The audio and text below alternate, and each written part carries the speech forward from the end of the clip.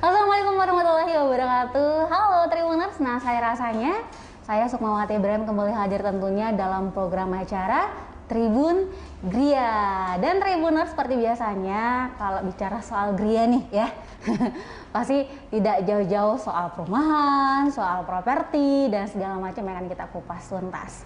Dan tentunya karena sekarang saya ada di Thalassa City nih. Ada di apa ya, Janji Jiwa ya Pak ya nih di belakang kita lagi nongkrong-nongkrong, lagi santai-santai saja, dan kebetulan sudah bersama dengan Operation Division Head FKS Lentalas itu Makassar, Bapak Lukas di samping saya. Gimana kabarnya hari ini Pak? Baik, sehat. Semoga kita semua dalam keadaan sehat ya. Amin. Jadi Tribuners di tengah pandemi COVID-19 nih sebenarnya poin pentingnya adalah bahagia, ya nggak sih Pak? Bahagia. Jangan lupa. Karena kalau kita bahagia, mindset kita itu akan membawa ke alam pikiran bawah sadar itu. Kalau kita bahagia, pastinya kondisi tubuh kita akan lebih fit lah. Betul. Imunnya kan jadi lebih tinggi gitu. Jadi mempengaruhi kondisi badan kita. Betul sekali ya Tribuners, apalagi nih sambil ngopi-ngopi ya kan, ini ya, di belakang saya ini ada minuman yang mantap juga lah ya, dinikmati sambil kita ngobrol-ngobrol dan sharing-sharing nih kepada Tribuners di rumah. Apalagi tema kita cukup menarik ya Pak ya. Hari ini kita temanya sangat menarik, terutama buat teman-teman atau Tribuners yang sedang mencari rumah supaya nggak salah pilih gitu. Betul sekali Tribuners. Jadi jangan sampai kita mikirnya ketika ingin beli rumah yang penting ada uangnya gitu ya, langsung memilih bebas di mana aja. Tapi ternyata ada beberapa hal, ada poin-poin penting yang harus kita perhatikan biar tidak salah, biar tidak menyesal ke depannya, ya nggak sih Pak? Betul sekali. Baik Tribuners, untuk lebih detailnya tetap standby pastinya ya, kita akan mendengarkan sama-sama penjelasan dari Pak Lukas. Oke, silakan Pak. Ya, Sukma, kalau kita bicara mengenai membeli properti ya, khususnya rumah pertama lah gitu, karena kan belum banyak pengalamannya, jadi kan pasti bingung gitu, apa aja sih hal yang perlu diperhatikan supaya kita nggak salah nih, nggak salah pilih rumahnya, nggak salah pilih harganya gitu kan ya. Nah, yang pertama biasanya nih ya, biasanya orang beli rumah atau kita bisa bilang end user, mereka itu cuman memperhitungkan atau memperhatikan satu atau dua faktor aja. Padahal kalau kita beli properti atau rumah, sebenarnya faktor yang perlu diperhatikan itu sangat banyak Sukma gitu ya. Nah, tapi sebenarnya sangat banyak ini nanti bisa ada penjelasannya nih, gimana supaya mempermudah gitu ya untuk mengerucutkan si end user ini untuk membeli rumah pertama. Yang pertama, tadi kan saya bilang hanya memperhitungkan atau memperhatikan satu atau dua faktor. Betul. Nah, faktor yang paling penting yang memang harus diperhatikan kalau kita membeli sebuah properti itu adalah lokasi gitu ya. Pasti kalau kita mau beli rumah atau properti, pasti kita datang ke lokasinya, lokasinya bagus apa enggak, aksesnya seperti apa. Nah, itu sangat penting. Tapi selain dari lokasi, kita juga harus memperhitungkan atau memperhatikan siapa nih pengembangnya atau siapa developernya gitu. Karena apalagi rumah pertama nih, kita belum pernah beli properti kan sebelumnya. Iya, Buat kita uang harga segitu tuh cukup signifikan gitu kan. Jangan sampai kita salah taruh uang nih gitu kan. Mana lagi rumah pertama lagi, kalau salah bisa-bisa uangnya nggak balik gitu kan. Nah, developer ini kita harus lihat track record-nya, historicalnya seperti apa, proyek-proyek apa saja yang dia sudah pernah bangun, atau klaster apa saja yang dia sudah bangun gitu. Kalau dilihat secara track record-nya bagus, dia bisa deliver on time, nah itu berarti salah satu key point lah gitu. Jadi itu plus gitu ya. Nah, selain dari developer, kita juga harus lihat dari sisi legalitasnya, aspek legalitasnya, ya kan. Jadi kalau bicara mengenai beli properti atau beli rumah, itu tuh ada dua. Jadi kepemilikan secara fisik, ya kita memiliki bangunannya, sama kepemilikan secara legal atau sertifikat.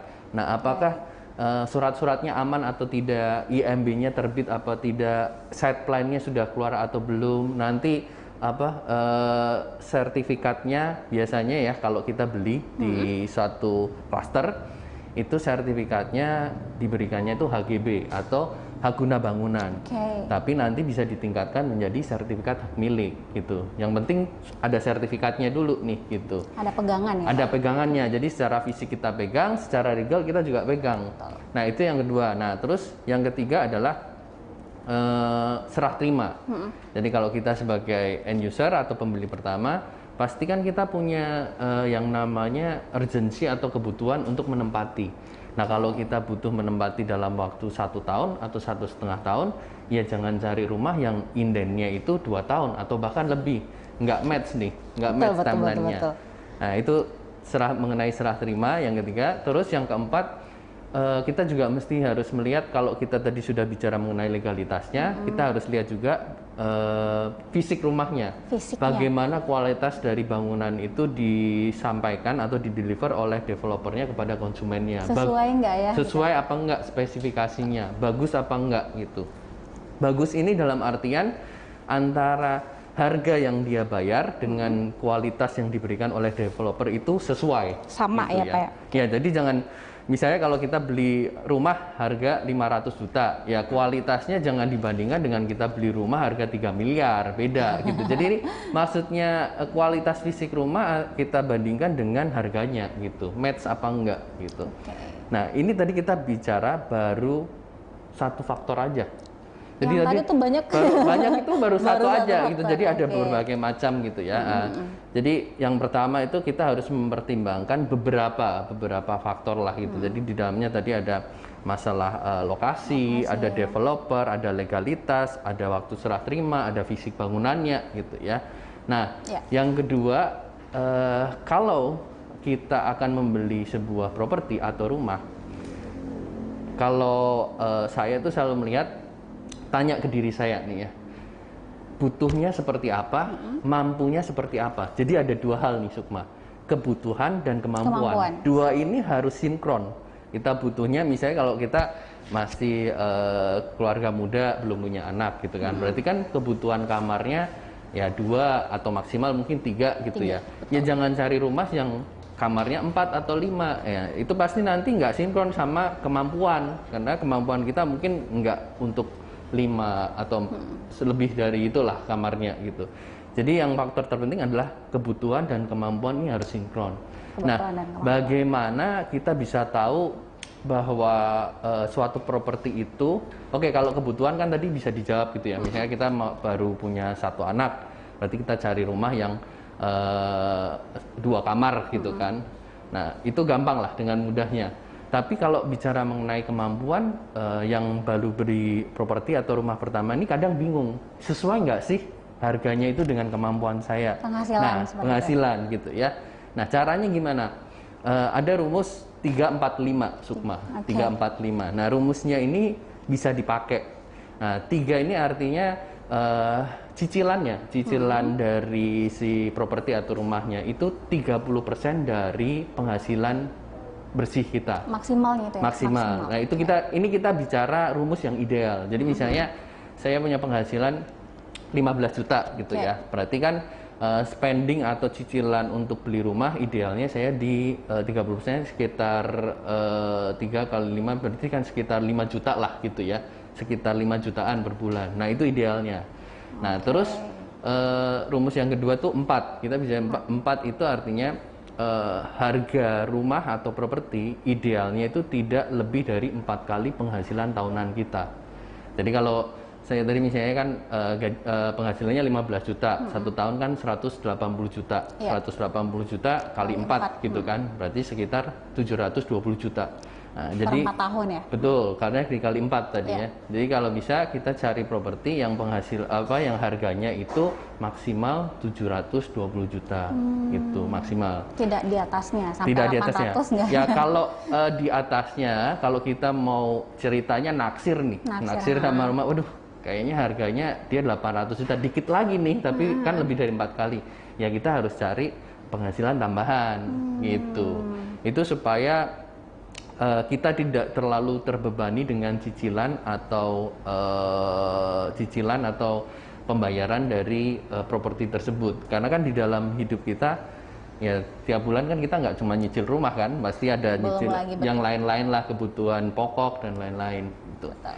Nah itu bicara yang 4. Nah 5-nya adalah kalau semisalnya kita harus bayar, biasanya kalau bayar atau kita beli properti, ada beberapa cara bayar dan setiap cara bayar mungkin ada yang membutuhkan uang muka gitu Ya. kan, uang muka. Idealnya adalah uang mukanya itu tidak melebihi 50% dari tabungan kita. Jadi misalnya saya punya tabungan nih 50 juta gitu ya. Nah, berarti maksimal tabungan yang saya bisa spending untuk bayar uang muka itu cuma 25 juta gitu. Supaya kita masih punya saving nih gitu kan. Jadi nggak semuanya itu kita keluarkan untuk uang muka atau down payment rumah gitu. Karena kan kita harus siapkan juga untuk dana darurat kalau sewaktu-waktu misalnya kita ada kebutuhan yang urgent gitu ya, sakit dan lain-lain, itu kita harus tetap punya tabungan gitu. Nah, itu tadi rumus 345. 345. Nah, kita baru ngomongin dua hal yang sering dilupakan nih kalau beli rumah pertama. Tadi yang pertama kan lokasi, hanya mempertimbangkan satu atau dua faktor. Terus yang kedua, beli tidak sesuai kemampuan gitu ya. Beli tidak semua ini sebenarnya yang paling banyak terjadi nih, yang nomor 2. Akhirnya menyiksa ya. Iya. Dan karena ini juga Sukma, mungkin karena baru pembelian pertama, pengalaman pertama, belum teredukasi atau belum mendapatkan informasi secara detail atau secara komprehensif nih kalau beli rumah pertama nih gimana sih harusnya gitu. Masih bingung lah gitu. Nah, itu yang kedua. Yang ketiga, kalau kita bicara mengenai pembelian properti atau rumah, banyak yang lupa tidak memperhitungkan biaya lain-lain. Oke, Gitu. Nah, ada biaya lain-lain ada lagi biaya yang mesti lain-lain. dipertimbangkan Nah, ya. Oke. itu yang mesti jeli itu kalau kita ngelihat di price list gitu ya. Nah, apa yang dimaksud dengan biaya lain-lain? Jadi kalau kita beli properti, itu ada PPN 10%. Ada biaya AJB, BPN, BPHTB. Itu yang nanti pengalihan hak dari developer atau pengembang ke nama pembeli gitu. Terus ada lagi kalau kita menggunakan cara bayar KPR, itu ada biaya akad kredit atau proses KPR. Nah, ini biaya-biaya tadi ini kalau dikumpulin signifikan loh, Sukma. PPN 10%, AJB, BPN, BPHTB tadi bisa 5% sendiri. Terus biaya akad kredit dan lain-lain itu bisa 3%. Total mungkin bisa lah 18% gitu ya. Jadi kalau kita beli rumah harga 500 jutaan let's say gitu ya. Berarti bisa 100 juta sendiri tuh komponen biaya-biaya lainnya. Jadi di luar DP ya? Di luar DP, di luar biaya rumahnya gitu ya. Jadi bisa kaget orangnya. Itu 500 juta perlu nambah biaya-biaya dan lain-lain. Waduh, kok tiba-tiba jadi 600 juta gitu. Jadi penambahannya itu sangat signifikan. Nah, itu yang mesti diperhatikan di awal, apa aja sih biaya-biaya yang masih harus kita siapkan. Jadi jangan kaget gitu begitu beli rumah, kita harus AJB atau KPR tiba-tiba tidak ditanggung nih oleh developer. Nah, dia kaget mesti siapin duitnya kan, padahal duit nilai segitu kan nggak kecil ya gitu. Nah, itu yang ketiga. Nah, yang keempat adalah kalau kita beli properti, kita itu juga harus mengamati lingkungan sekitar. Nah, yang dimaksud dengan lingkungan sekitar itu seperti apa? Contohnya kalau kita beli rumah, ini kebetulan mau masuk musim hujan nih ya, hujannya kencang di Makassar. Nah, lokasinya banjir apa enggak? Gitu, itu mesti dicek gitu. Jadi hal-hal yang simple kayak gitulah yang, tapi kadang suka lupa gitu. Apa kita yang lihat sekarang nih lagi kering gitu ya, aman-aman aja. Pas hujan gede, tiba-tiba mungkin di klasternya nggak banjir, tapi akses menuju situ banjir kan sama aja. Nah, itu sangat penting lah. Jadi jangan sampai kita beli rumah kita menyesal. Mungkin yang lain-lain oke, tapi banjir kan nggak enak juga kita beli rumahnya gitu ya. Nah, selain dari rumah tadi, kita juga harus memperhatikan mengenai akses. Akses ke klasternya ya. Betul. Apalagi kalau kita bicara mengenai sebuah pengembangan kawasan, nantinya kan kita berharap bahwa semakin lama kawasannya itu semakin rame gitu ya, semakin hidup. Nah, kalau bicara mengenai rame hidup kan lama-lama macet nih. Nah, apa yang bisa menjadi solusi dari sebuah kemacetan atau mengurai kemacetan? Nah, aksesnya itu ada berapa? Punya banyak akses apa enggak gitu. Jadi kalau jalan ke situnya cuma satu akses, ya berarti itu mesti dilihat-lihat lagi gitu. Tapi kalau menuju ke suatu proyek atau klaster tersebut itu ada beberapa akses, misalnya bisa dari jalan biasa, bisa dari ini jadi suatu alternatif buat konsumen atau end user untuk memilih properti tersebut gitu. Nah, terus yang selanjutnya adalah kita juga bicara mengenai keamanan. Nah, kalau tadi udah bicara mengenai apa banjir apa enggak, aksesnya seperti apa. Nah, keamanan juga menjadi satu hal yang penting gitu ya. Di kondisi sekarang atau semakin majunya teknologi, CCTV itu menjadi hal yang sangat biasa gitu. Nah, apakah klasternya dilengkapi CCTV atau bahkan mungkin rumahnya ada CCTV gitu kan? Nah, ini semua faktor keamanan lah, selain dari security biasa gitu ya yang keliling. Nah, CCTV itu bisa menjadi tambahan, itu bisa dipertimbangkan juga menjadi salah satu faktor yang bisa dipertimbangkan oleh konsumen atau end user. Nah, udah 4 nih ya. Yang kelima adalah kita bicara kalau beli rumah, misalnya Sukma udah beli rumah, udah jadi nih rumah kan. Nah, pas pindah ini kan kita kan mesti isi rumahnya. Oh ya, kan rumahnya kosong. Betul. Beli sofa, beli apa perlengkapan dapur gitu ya, beli lemari pakaian, beli tempat tidur, banyak hal lah yang mesti dibeli. Dan kalau Sukma kebetulan saya kan pernah mengalami itu gitu ya. Itu bukan uang yang kecil gitu. Contoh simpelnya gini lah. Saya beli waktu pindahan gitu ya, habis merit gitu, pindahan beli rumah, beli gorden aja, beli gorden yang gampangnya lah, nggak usah yang gede-gede ya, beli gorden aja buat rumah, itu lumayan loh nilainya. Apalagi gitu. Jendelanya banyak. Apalagi jendelanya bukaannya banyak gitu ya. Nah itu lebih lagi, belum yang gede-gede tuh, belum yang besar-besar kayak belum beli sofa, tempat tidur segala macam. Nah itu nilainya tuh minimal puluhan juta. Kalau kita pengen yang rada bagus dikit gitu ya, terus lengkap, itu bisa di atas 100 juta gitu. Habis jadi tabungan. Iya, tadi kita udah siapin uang nih buat beli rumah atau properti gitu ya. Nah, terus kita juga jangan lupa untuk mempersiapkan tadi uang untuk ngisi rumahnya. Kan nggak mungkin kita tinggal di dalam kosongan gitu ya. Tidur di lantai kan. Betul. Jadi biaya yang disiapin tuh banyak banget gitu sebenarnya. Itu udah kelima ya tadinya. Nah, yang terakhir atau yang keenam, saya kan tadi kan bilang faktornya ini banyak banget. Yang pertama tadi, jangan sampai kita cuma memperhitungkan satu atau dua faktor aja gitu kan. Terus bicara mengenai beli tidak sesuai dengan kemampuan. Terus kita tidak memperhatikan untuk biaya-biaya lainnya, tadi AJB, BPN, BPHTB yang nominalnya itu persentasenya cukup besar gitu ya, bisa 15% lebih. Nah, yang keempat, jangan lupa muter-muter dulu lingkungannya seperti apa, macet apa enggak, banjir gitu kan. Yang kelima, tadi harus siap dana juga untuk isi rumah.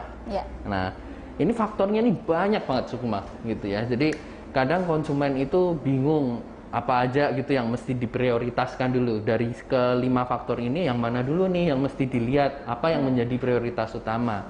Nah, faktor keenam yang sering dilupakan adalah sebenarnya ada tenaga profesional, untuk agent atau sales yang bisa membantu konsumen untuk merecap ini semua, untuk memberikan summary nih bahwa produk di sini itu aksesnya seperti ini, harganya seperti ini, legalitasnya seperti ini. Jadi semua itu sudah bisa dijelaskan oleh sales atau agent profesional gitu. Jadi jangan ragu untuk bertanya kepada sales atau agent profesional yang kita percaya gitu ya. Karena kalau kita tanya ke sales atau agent itu nggak ada biayanya Sukma, nol, free ya gitu. Jadi kalau saya tadi ngejelasinnya kan banyak tuh, pusing kan ngejelasin ada banyak banget. Nah, daripada pusing-pusing, hubungi aja sales atau agent profesional yang terpercaya. Tentunya kalau kita bicara mengenai agent ini, gimana sih tanda kutipnya itu terpercaya gitu ya, itu paling tidak dia sudah terdaftar di Arebi. Arebi itu suatu asosiasi brokerage di Indonesia gitu. Jadi semua faktor itu nanti yang jelasin secara detail kalau kita milih suatu produk atau properti bisa dijelaskan oleh si agent atau sales property tadi gitu. 6 hal ini yang biasanya sering lupa atau sering kurang diperhatikan oleh konsumen gitu. Oke, waduh Tribuners ini saya juga baru tahu ya Pak Lukas ya. Ini kita biasanya kalau memang tidak dipungkiri Tribuners ketika ingin membeli rumah kan yang kita pertimbangkan adalah lokasi, di mana lokasinya, harganya berapa ya kan seperti itu. Tapi ternyata banyak hal, banyak poin-poin penting yang harus kita perhatikan. Jangan sampai setelah beli rumah barulah kita menyesal. Tadi tuh yang penting kayak aksesnya seperti apa. Apalagi kalau misalnya kayak di kota mandiri nanti tuh bagaimana ke depannya, macet tidak. Jadi mesti ada beberapa jalan alternatif misalnya, itu harus dipastikan juga Tribuners. Selain itu juga tadi nih yang paling penting juga buat millennials mungkin ya, sekarang millennials memang lebih banyak investasinya ke rumah ya, saham rumah gitu-gitu. Ya kan mungkin langsung ketika misalnya memiliki uang langsung beli rumah tanpa memikirkan bagaimana dari kemampuannya ya. Waduh, tadi tuh kayak membeli rumah tuh maksimal tadi nggak boleh 3-4-5 tuh rumusnya. 3-4-5 ada rumusnya Tribuners. Tapi balik lagi semua. Kalau kita membeli properti atau rumah pertama, saya sampaikan selalu ada 2. Apa itu? Kebutuhan, kemampuan. Kebutuhan nah, lihat dulu kebutuhan kita seperti apa gitu kan. Nah, carilah produk yang sesuai dengan kebutuhan. Kalau sudah dapat nih produknya yang sesuai kebutuhan, nah baru kita lihat kemampuan kita. Mampu enggak? Kita butuhnya ini. Nah, tapi pertanyaan tadi, mampu nggak kita gitu kan. Nah, untuk menjawab semua masalah tadi, sebenarnya di nextnya Thalassa City sebenarnya akan launching atau provide sebuah cluster atau produk yang menjawab semua permasalahan tadi. Wow. Gitu. Oke. Mungkin ada bocoran sedikit soal cluster barunya, Pak? Ini bocorannya itu cluster barunya akan menjawab semua permasalahan tadi. Yang 6 poin tadi, oke. Konsumen atau end user tidak perlu khawatir dengan biaya-biaya lain-lain tadi, AJB, BBN, BPHTB, terus biaya akad, biaya proses KPR, itu semuanya nanti akan ditanggung oleh developer. Terus kalau bicara mengenai lokasi ya nanti bisa tahu lah lokasinya Thalassa City ya. Terus bocoran yang paling penting nih, tadi saya bilang kalau kita pindah rumah, pertama itu kan kita mesti siap juga untuk ngisi dalamnya. Nah nanti di produk yang baru ini konsumen nggak perlu repot-repot mikirin itu gitu, karena semuanya kita sudah jawab dengan produk ini.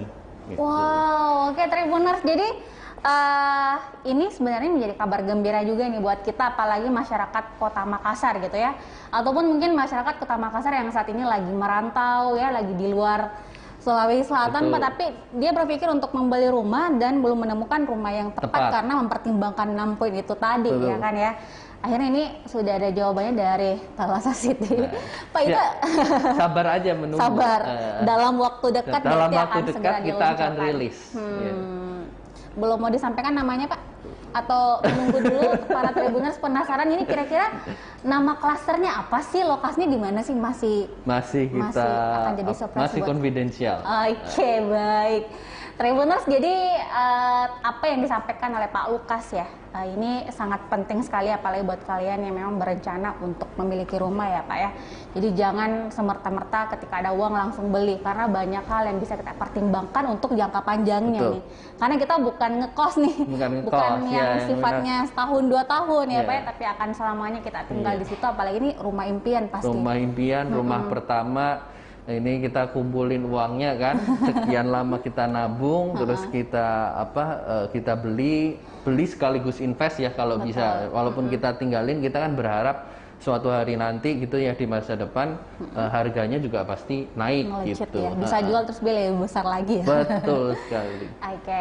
Lalu ada lagi mungkin yang mau disampaikan untuk Tribuners sebelum kita akhiri? Ya, nanti penyampaian lagi di episode selanjutnya. Oke. Jadi Tribuners jangan bosan gitu ya. Jangan artinya kita akan hadir lagi pastinya tentunya Mas dalam program Bincang Gria, Tribun Gria yang Pak Lukas akan mengupas tuntas lagi hal-hal yang baru.